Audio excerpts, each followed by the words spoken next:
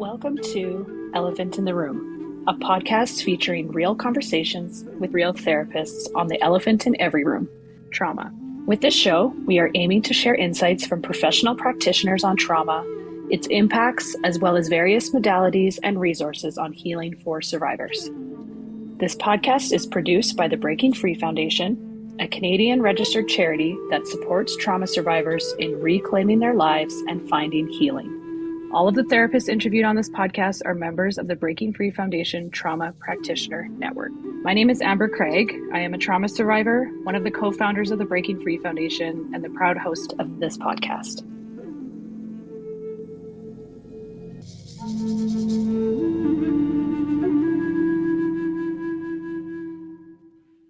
Today, I'm pleased to be joined by Carol Korenowski. Carol is a registered psychologist at Therapy Alberta. Carol specializes in working with adults who are struggling with dissociation and trauma. Please welcome to the podcast, Carol. Thank you so much, Amber. Happy to be here. So easy question to start off with. I would love for you to just give a bit more of a background on your professional experience and your areas of expertise. Yeah, absolutely. I am a psychologist in Alberta, a therapist. I have a group practice, and so I do virtual therapy actually ever since COVID. I specialize in working with adults primarily with trauma and dissociation, and that can range kind of from anywhere from 18 to 65. I've worked with helping folks. I also work in other realms. I do EMDR, so I work with folks who've had motor vehicle accidents, folks who are having conflict in relationship, lots of different areas there. I got into therapy by my own experience. I went to university for community rehabilitation and disability studies and psychology. I did a double degree there, and then decided to have my own family before going back for a master's. And I ended up in an experience that led me to counseling. And it was my own journey through counseling and therapy, having children, being in a relationship, that led me really to pursuing a master's of counseling and becoming a psychologist and doing the work that I do. And so I really feel that my experience as a client was what shaped my work now. I do appreciate you sharing your personal experience in leading you to what you're doing today. As you mentioned, you work with dissociation, and I am a dissociator, so I always struggle to explain to people what that means from my personal perspective. But could you start off by explaining to the listeners what it means to dissociate? Absolutely. So if we look at the word dissociate itself, associate is its root, and associate means to link, to join, to connect. So dissociate is to sever, to separate, to disconnect. In psychology, we often refer to the disconnect within the self. So between the mind and the body, between parts of self, between, awareness, right? Between identity. And so really dissociation is the separation of the self.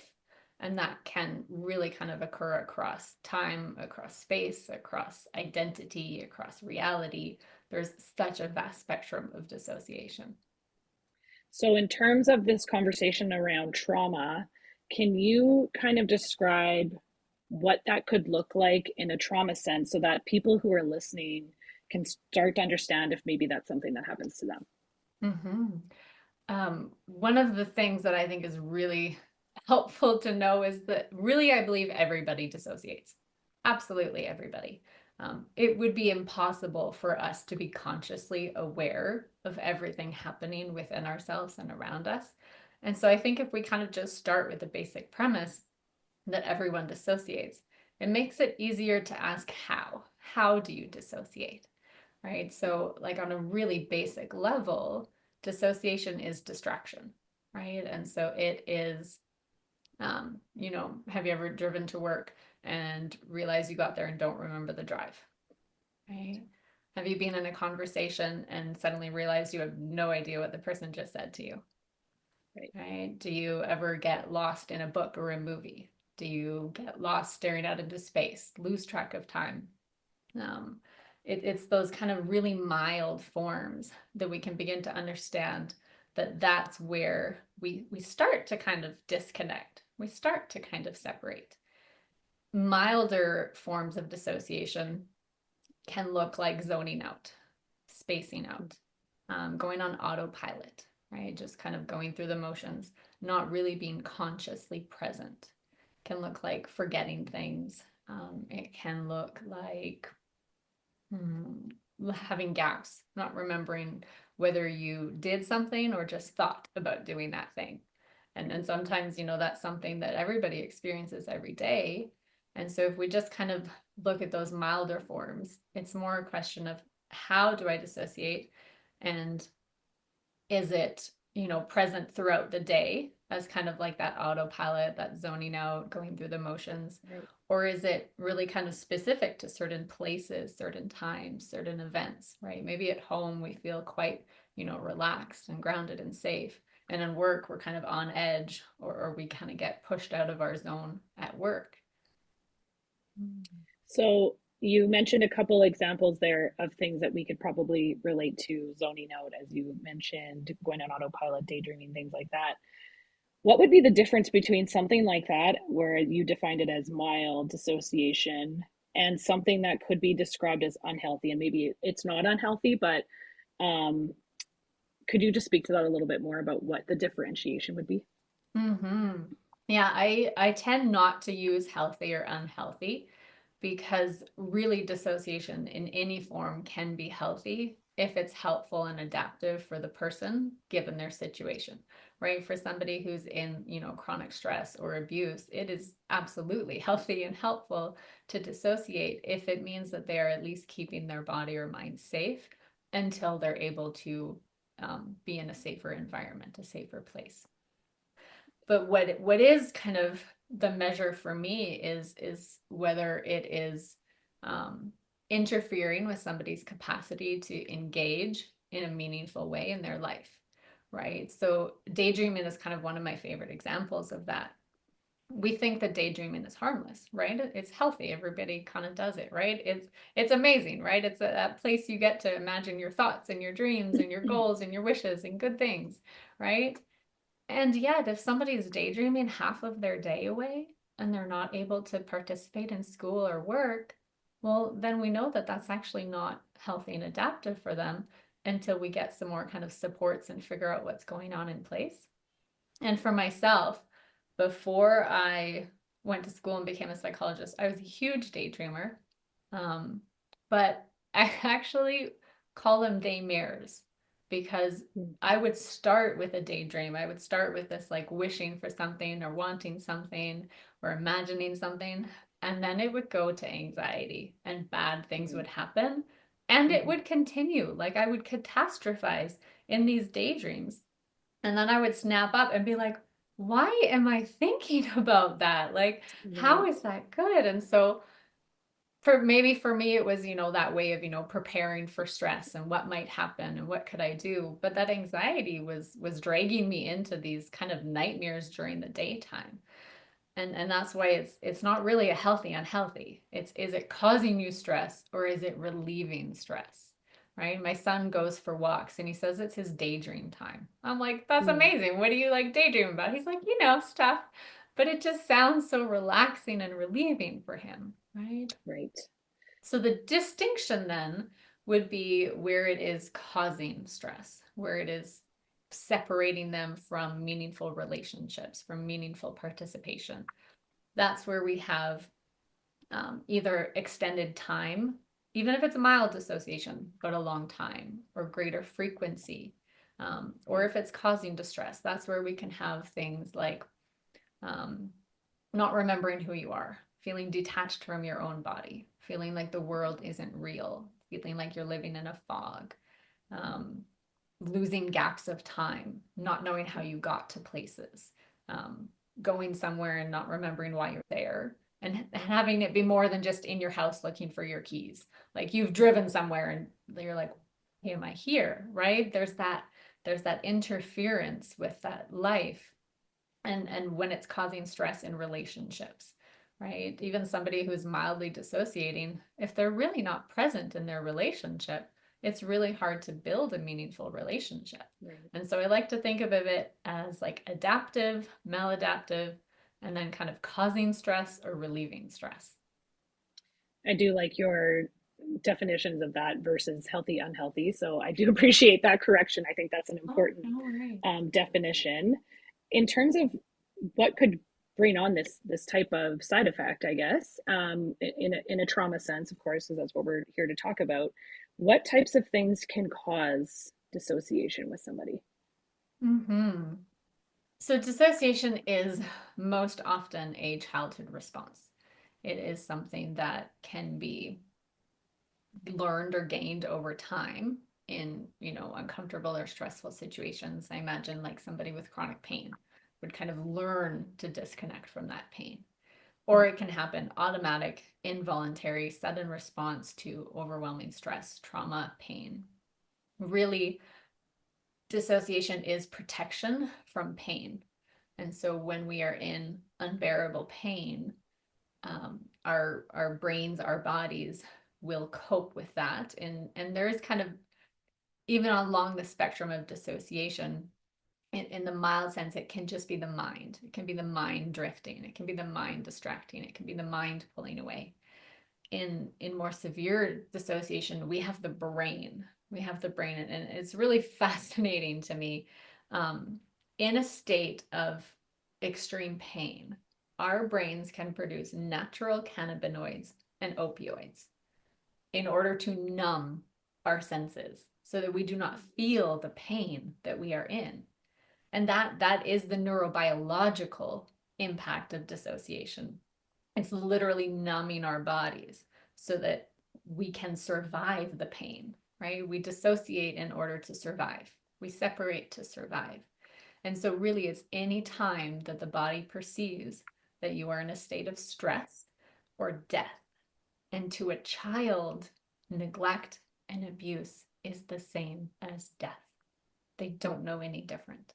And so children are very likely to use dissociation as a way of coping with abuse, with trauma, with neglect, with whether it's relational harm within caregivers or in school environments, or whether it is a chronic state of natural disaster or war, right? There are many different kind of causes, but essentially the cause is our bodies just trying to protect us from pain. So you beautifully answered the question I was going to ask, which is, how does this serve as a coping mechanism? And you just said it, it's a protection from pain. So in knowing that that's the purpose for us to protect ourselves from pain, how does that impact our ability to express emotions overall? Mm-hmm. So when we start with dissociation as that first response, right? At that point, it's that survival mechanism. It's that defense mechanism. If a person receives care after such an event where they have dissociated, if they have a safe caregiver who helps them reintegrate the memory, the feeling, the experience, the part that was separated, they can continue on living without returning to that dissociation. But without that, when you continue carrying that pain in your body, because when you dissociate, your body still experiences all of it, right? And until you bring that awareness back to that pain, you carry that with you. Mm-hmm. So that's where we build in that coping mechanism. That is where adults continue to respond using dissociation unconsciously or consciously, right? Oftentimes we choose to distract, we choose to get lost, we choose to escape. And other times our body chooses for us, whether or not we consciously want to. Part of dissociation is to numb from the feelings, but it's also results in not feeling safe in your body, right? It doesn't feel safe because when you go back into your body, guess what's there waiting for you is the pain. Emotions happen in the body, right? They are all about, sensations in the body. They're, waves of energy moving through our bodies. And numbing from our emotions as a result of stress, trauma, or dissociation really impairs our capacity to even feel emotions in our body. Without being able to feel our bodies, emotions just sort of take us over, right? They completely kind of wipe us out, or we have to completely shut them down, right? There are many people who can't feel emotions. There's just no impact. There's no penetrating their body. It is kind of walled off, right? And so dissociation and trauma both can have an impact on how we feel emotions, whether or not we can even recognize them, and whether or not we can express them, right? Then it just becomes a defense response, right? If we are in a trauma response, either up in, fight or flight, then we're acting on emotions like anger or rage without any kind of feeling. It's just an impulse. It's just a defense response. Same with kind of that withdrawal, right? That collapse, that depression. It's just a shutdown of the body. And it's really hard to really kind of sense that as an emotion when you can't be in your body and feel it. It's just a defense mechanism. Right. Um, it's a good segue into where I want to take this conversation next, which is sort of moving through dissociation and how to cope with it. I've certainly experienced a lot of firsthand challenges with different types of therapy because I dissociate a lot. So, as a professional working in the space, what challenges do you think can exist for people who do tend to dissociate when it comes to therapy? A lot. There are many challenges. Um, a lot of it is about that safety, right? So dissociation is about disconnecting from feelings, disconnecting from memories, disconnecting from pain. Therapy is all about talking, it's all about feeling, it's all about working through challenges and struggles, and it's about being in relationship. Being in relationship for somebody who dissociates is really hard. My mentor, Christine Forner, explained it to me with this analogy. So if we have trauma, right, this is the pain, this is what happened, this is the trauma. Dissociation covers it, right? It protects us from it so that it's, we can still function, right? We can still survive. Relationships and care lift dissociation, right? We become present, we become attuned, we become aware, we begin feeling. We're in that front prefrontal cortex. We're in our bodies in relationship. Relationships lift the care, and guess what you feel? The trauma, the pain. Right. Mm-hmm. And so what happens so often in therapy is that, clients will come whether or not they know they have dissociation or not. Most people don't. And they begin to do therapy, and all of a sudden, like, big reactions happen, or strong reactions to things that their therapist has done or said or asked them to do. And without that conscious awareness that, oh, this is my trauma coming up, I'm feeling my trauma, what happens is who they're looking at gets the blame, right? So in dog training, this is another example that I learned when I was training my dog, is that if a dog is pulling on their collar and like on their leash, whatever they're looking at is going to get the blame for that pain, not their owner holding their leash. And so it's kind of what we're in relationship with that we blame for the pain. And so if a therapist is not aware of a client's dissociation, if they don't recognize it happening either in the session or outside of the session, then they're going to unwittingly harm their client. And that's where there's this whole dynamic of therapy that doesn't work, right? And therapy is relationally based now. We know that it depends on that relationship, but that relationship is really hard to build, both when there is pain in your body that you are not prepared or equipped to feel, or when you're simply not present in the session, right? If you are zoning out in the session every time your therapist talks about a particular thing, if you space out every time they try to teach you something, right? Like, I get that when I go into my psychoeducation voice in a session, like, even if it's like 2 minutes, sometimes people are like, I'm sorry, I don't know what you said. I'm like, right. I gotta like tone down that voice that goes into that teaching Because for a lot Right. of people, that even like school was a source of trauma. And so teaching turns off. Like it's a lean back, it's a shutdown, Mm, right? If you can't feel your emotions in your body, all of those things, therapy is not going to be very helpful if the therapist isn't aware that you're dissociating, if you're not aware that you're dissociating. And so going back to kind of that hand analogy, we actually don't want to lift the dissociation off until we have something to catch them, right? So right. this is where safety and stabilization comes in. This is Mm, where learning about dissociation, learning about those signs of dissociation, those cues, learning how you dissociate. This is where that tricky piece of how do we teach it without losing them, mm, right? And I found that in my therapy, I was constantly teaching people the same things over and over again. And mm, it's actually my kind of mission and goal now to create short kind of psychoeducational videos to right. teach people these principles so that they can, maybe learn that outside of therapy. And then in therapy, really kind of spend that time practicing being in relationship with somebody who triggers your pain. Yeah. So a lot of color there around why it can be super difficult to go through that process. So, what would you say are forms of therapy that can be helpful for someone who dissociates? Mm-hmm. So in kind of that milder, everyone dissociates, everyone uses, or many people use dissociation as a coping mechanism.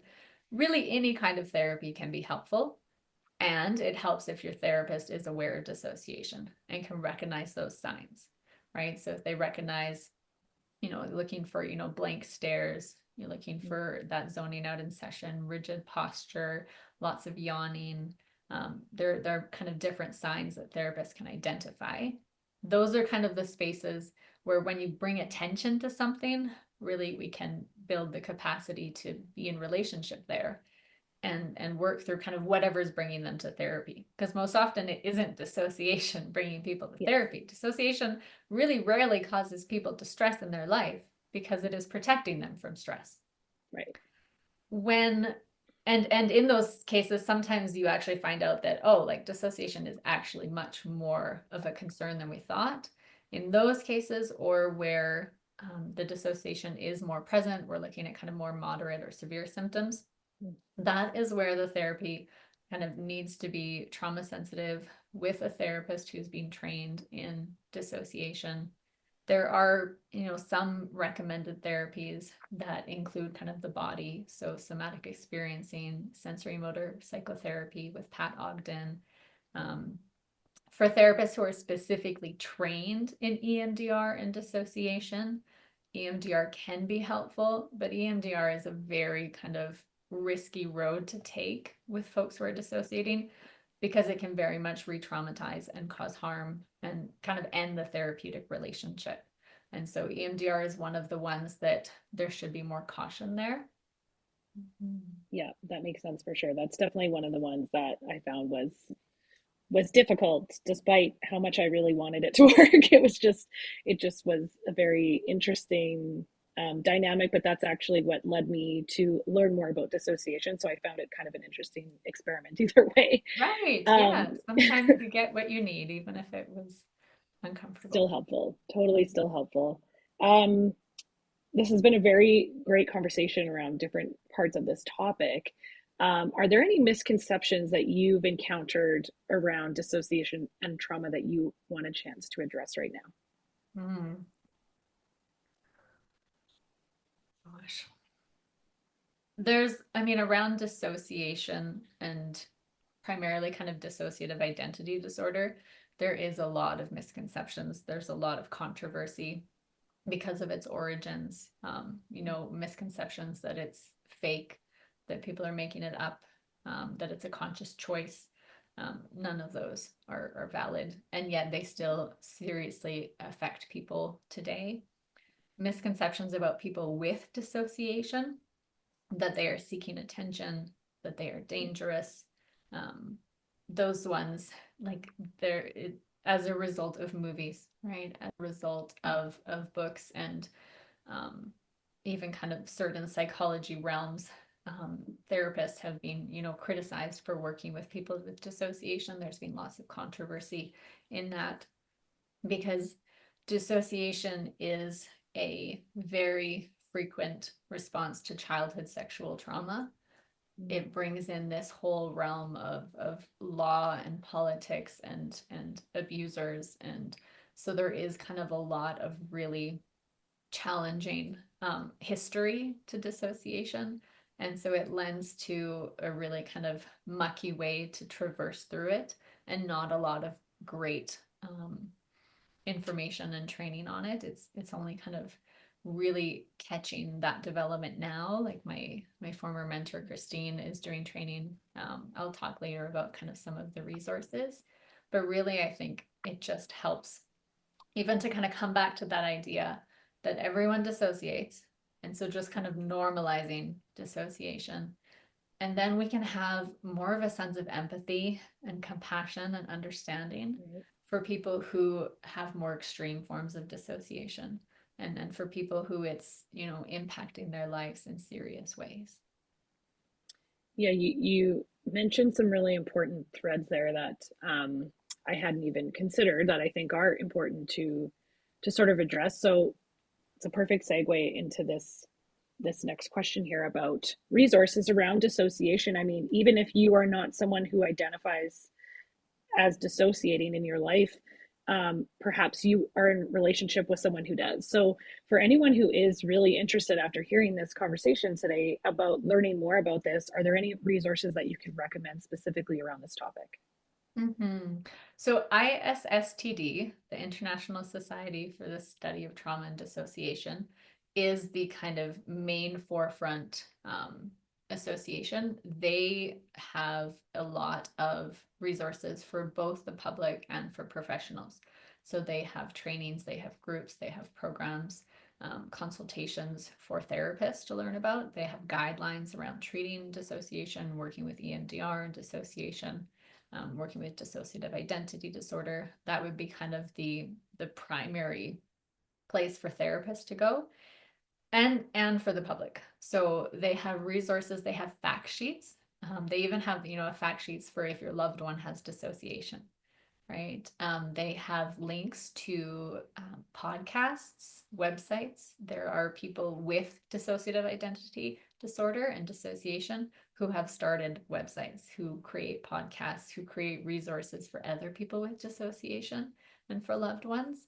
And so, yeah, I can send you and include the links for those so people can have a really easy way to access them. But that's kind of my primary go-to place where I've received all of my information. That's perfect. Yeah, we will include links to that in the show notes for this. So thank you for that. I think that's great. Everybody gets this question. Do you have any favorite resources on the topic of trauma in general that you tend to recommend to people? Mm. Um, for a lot of my clients, what has helped, there's this app I have used for years now. It's called Insight Timer. It is a meditation, guided meditation, breathing, music type app that allows people to really explore different ways of being guided through meditations, because for trauma and dissociation, meditation is kind of that most often recommended tool and most difficult if you have trauma or dissociation. And so visualizations, guided meditations, listening to different talks. There, I've had, a lot of clients, and myself, I still often find new resources on it. And then really I kind of come back to the day-to-day basics. Like my favorite resources to recommend to clients are weighted blankets, right? Something that gives you that sense of safety, right? There's, a million tools and resources and practices that people can use. And then really that's quite individual. I do kind of create lists, and with clients, we kind of go through all these lists, and I can include, some of those resources. But really it's about what helps you feel grounded and what helps you feel safe, right? There's just so many different ways to heal through trauma. It's really about finding, who supports you, what helps you feel good.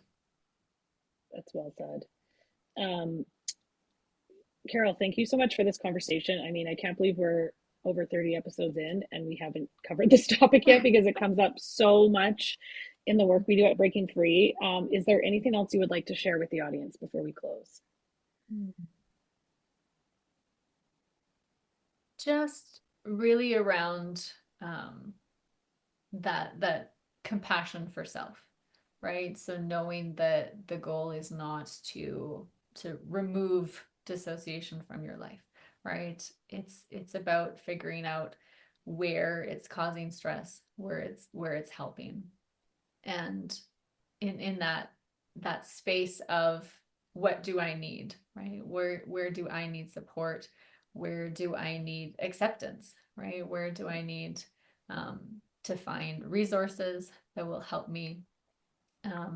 There's many different goals for people who have dissociation, and we cannot just kind of blanket statement that they should all, go to therapy, go through safety and stabilization, process their trauma, and integrate and stop dissociating, right? There is no one answer.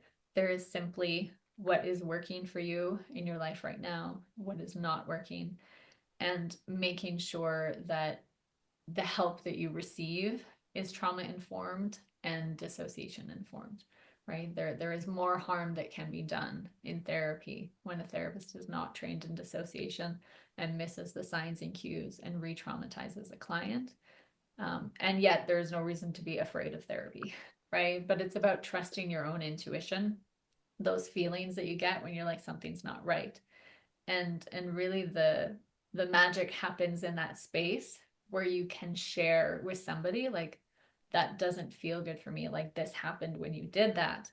And that's where even, when a client is dissociating in therapy, if they share that risk of being vulnerable, that's where it opens up to, oh, like, is this something that has happened for you before? So really it's about, trusting yourself in whatever situation you're in, trusting your body, and knowing that your body is really just trying to protect you, including dissociation. I have had dissociation save clients from suicide. Dissociation is not bad, right? It is simply to protect you, to protect your body, and we use it where it is helpful, and then we try to help people in other ways where they need it.